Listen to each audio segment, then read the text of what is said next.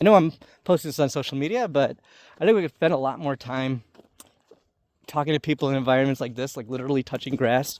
Right here, we can actually touch grass and talk to one another in person. I think you want to talk to people you disagree with.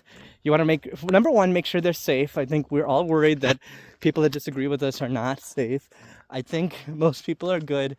First aid, in CPR and first aid, the first thing you do when somebody needs help is the number one thing you do is assess the scene and make sure it's safe, right? So you don't go do CPR in a situation that's unsafe. You don't address a casualty in a situation that's unsafe. Your first job is to make sure it's safe.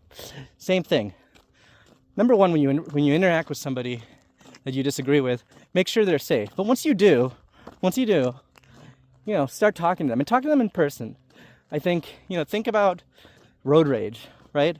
People say the nastiest things in the protection of their car, but once they're in front of somebody and they start to engage with them, and if one of them starts really diplomatically, the temperature is going to tone down. And I think we need to do a lot more of that than, getting worked up on the algorithms on social media. And I also think I want to say, I've thought about this, I'm criticizing social media, but that doesn't mean you have to get off of social media. Think about Neo in the Matrix.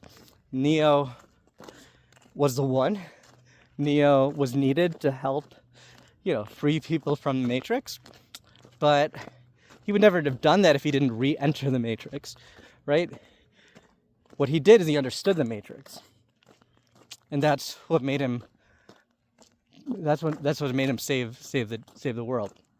And it's in the same way, I wouldn't necessarily say you need to get off social media completely, but you need to understand the algorithms that are controlling you and controlling us. And when you make decisions in life, make sure that you understand. When you're dealing with social media, make sure you understand that there's an algorithm there, and make sure you recognize these things.